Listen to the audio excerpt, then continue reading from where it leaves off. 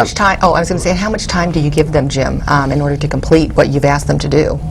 It depends a lot on the resources and what services we're giving. We give them time for community service. We have to give them time to find their resources, to be able to connect them up. We have monitors and secretaries that work with them to be able to establish this. So we give them enough time to be able to complete it, and we also take into consideration that these are teenagers. They have active lives. We ask questions during the process. Do you have a job?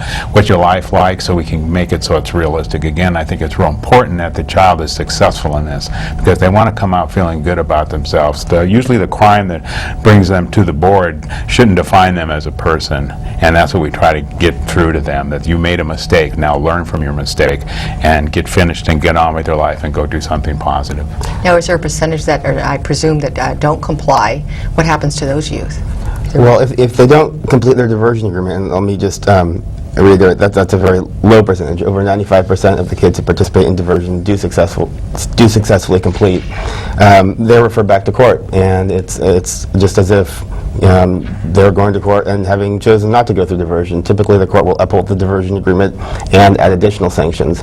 But that's kind of the worst case scenario is if they don't follow through, then they are referred back to the prosecutor to be filed in court. I think part of the reason that 95% of the kids who participate in the program complete successfully, it goes back to what Jim was saying, and that we get buy-in from the kids at the table. I mean, we ask 3 questions of each kid who comes before the board. We actually send them these 3 questions before they even arrive, and they are supposed to have answered them before they get there, and if they haven't, then we will ask them at the meeting. But we say, who is harmed or affected by your offense? What was the harm, damage, loss, or effect that resulted from your offense? And what do you need to do to repair that harm, damage, or loss, or to make things right? And oftentimes, their suggestions we will incorporate into the diversion agreement and be part of the requirements that they complete to complete their diversion successfully. So, because they feel they've had a part in drafting the diversion agreement, they buy into it and are much more likely to comply with its terms because they have some ownership of it, and it's something that was their idea. It's not like we're saying you're bad, here's your punishment. We're saying, hey, look, you made this mess. Let's figure out a way to clean it up. And I think they respond a lot better to that than the punitive, heavy-handed, you're bad, here's your punishment. A lot of kids are like, well, I'm not doing that. So once they, because they've had a part in developing it, they're a lot more likely to follow through.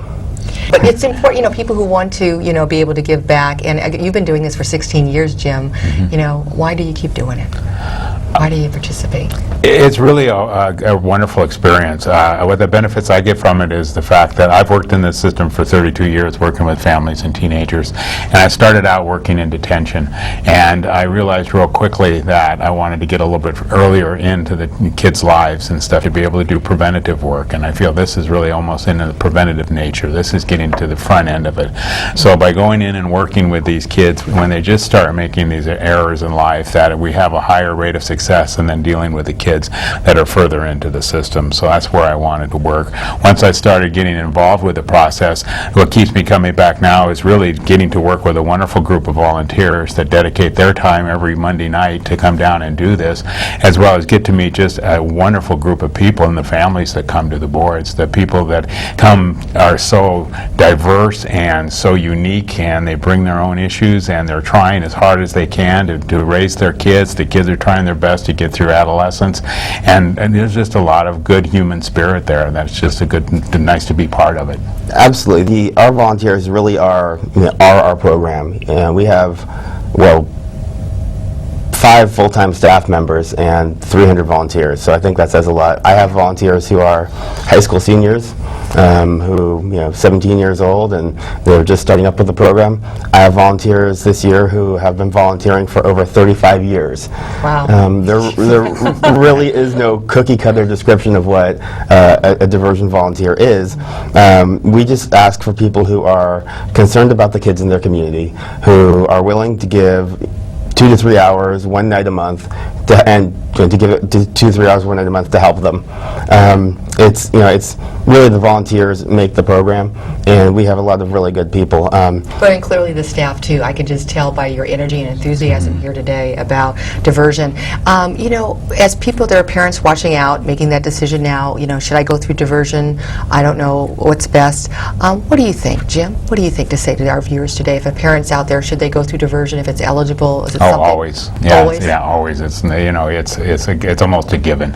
Well, unless they got the wrong kid, if they really didn't do it, and or it was somebody else who did it, then that needs to go to court to get that sorted out. Sure. When they come to us, it's with the understanding that they're willing to be responsible for what happened and willing to take accountability and be held accountable. But if they are willing to be held accountable, diversion is a much